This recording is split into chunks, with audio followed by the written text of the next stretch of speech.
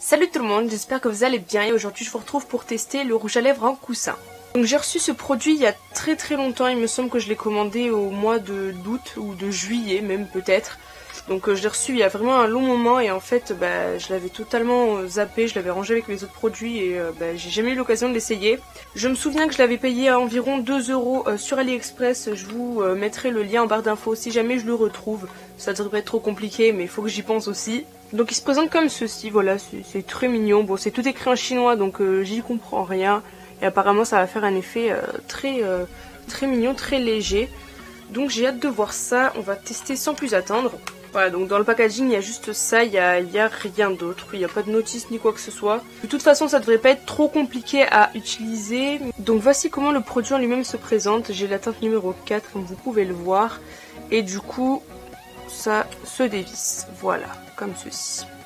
Je me suis munie de mon miroir et je vais appliquer ça sans plus attendre. Donc je pense qu'il n'y a pas besoin de mettre quoi que ce soit ni avant ni après. Alors. Ah, c'est bizarre. On dirait qu'on applique du fard à paupières. Et sur les lèvres, on ne sent rien, absolument rien. Alors après, la couvrance n'est pas de ouf. Et en fait, le produit se trouve dans cette partie, en fait, dans le bouchon. Ça me fait penser un peu à mon fard à paupières de chez Kiko. Sauf que là, c'est pour les lèvres. Mais c'est totalement le même principe.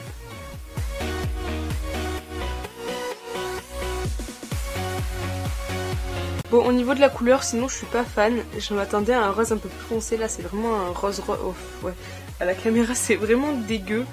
Mais je m'attendais vraiment à un rose un peu plus foncé. Là, je trouve que c'est très clair et ça fait limite corail, en fait. Surtout à la caméra. Après, on n'a pas l'impression d'avoir de la matière. On a juste l'impression d'avoir appliqué une très fine poudre. Vraiment comme un fard à paupières ou un truc du genre. Mais c'est vraiment hyper léger. L'application est plutôt agréable, mais pas hyper précise. Étant donné que le produit s'applique un peu comme il veut. Genre là mes lèvres sont pas super bien définies, enfin de loin ça passe mais moi j'aime bien quand les lèvres sont bien définies avec du crayon et tout ça. Et là c'est absolument pas le cas, c'est vraiment un truc, en fait c'est un peu comme sur la photo, c'est des lèvres pas hyper définies mais bon ça rend le truc mignon.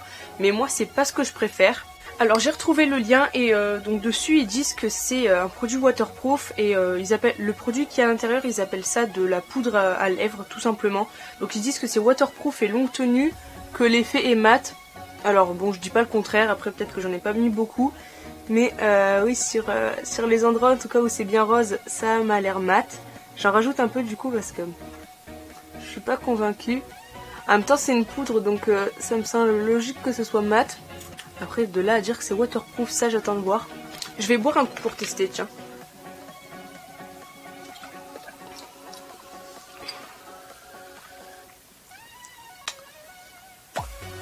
Ouais, on a un petit transfert léger. Après je sais pas si c'est parce que j'ai bu, parce que j'ai pas testé avant d'avoir bu. Au passage, ceci est délicieux. C'est du Green Iced Tea saveur citron vert et menthe.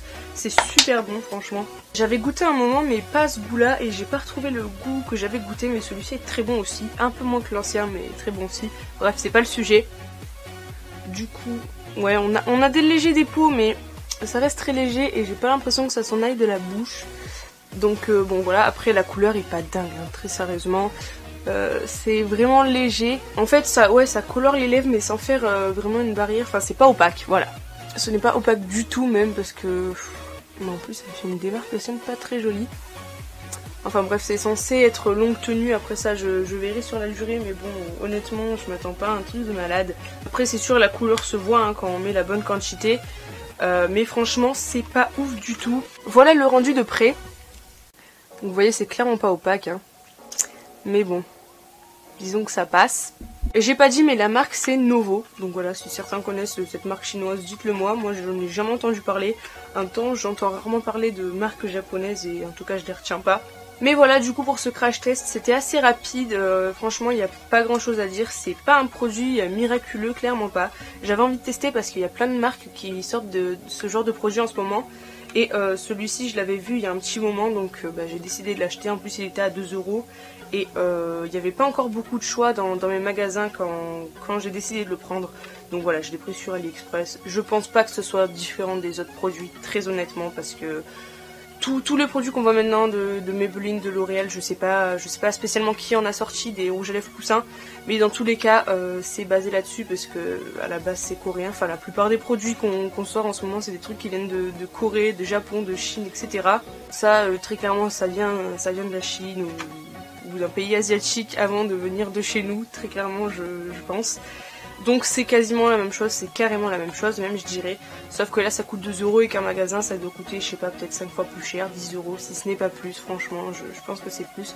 Je sais qu'il y a une marque qu'on a sorti, je vois à quoi elle ressemble dans ma tête mais je sais plus quelle marque c'est. C'est tout simplement le stylo en fait il est noir et il y a écrit la teinte en mat avec la couleur de la teinte tout simplement, puis le numéro écrit en blanc dessus. Je pense que vous voyez ce que je veux dire, mais là je l'ai pas en tête, enfin bref, de toute façon on s'en fiche. Du coup pour conclure, bah c'est pas ouf, je suis contente d'avoir essayé, après ce que je le reporterai, j'en sais rien. Je pense que ça peut être pas mal de faire des dégradés avec ça, ça peut être une bonne idée. Avec, je sais pas, soit des rouges à lèvres classiques, soit partir sur une autre couleur de fard à paupières et faire un dégradé, ça peut être pas mal, je pense que ça se dégrade bien les rouges à lèvres en poudre et même les fards à paupières. Mais voilà, dans ce cas-là, je vois pas trop l'utilité de le faire spécialement en rouge à lèvres, sur un coussin, etc. Après, le coussin, je pense que je pourrais le réutiliser justement avec mes fards à paupières. Et dans ce cas-là, pourquoi pas vous en parler par la suite, je ne sais pas. Dites-moi si ça vous intéressera en commentaire que j'essaye ce coussin avec des vrais fards à paupières sur les lèvres pour voir un peu ce que ça donne. Et du coup sur ce, j'espère que cette vidéo vous a plu. Si c'est le cas, n'hésitez pas à mettre un pouce vers le haut et à vous abonner juste en dessous. N'hésitez pas aussi à liker ma page Facebook et à vous abonner à mon compte Instagram, tout est en barre d'infos comme d'habitude. Et sur ce, je vous fais de gros bisous et je vous dis ciao ciao.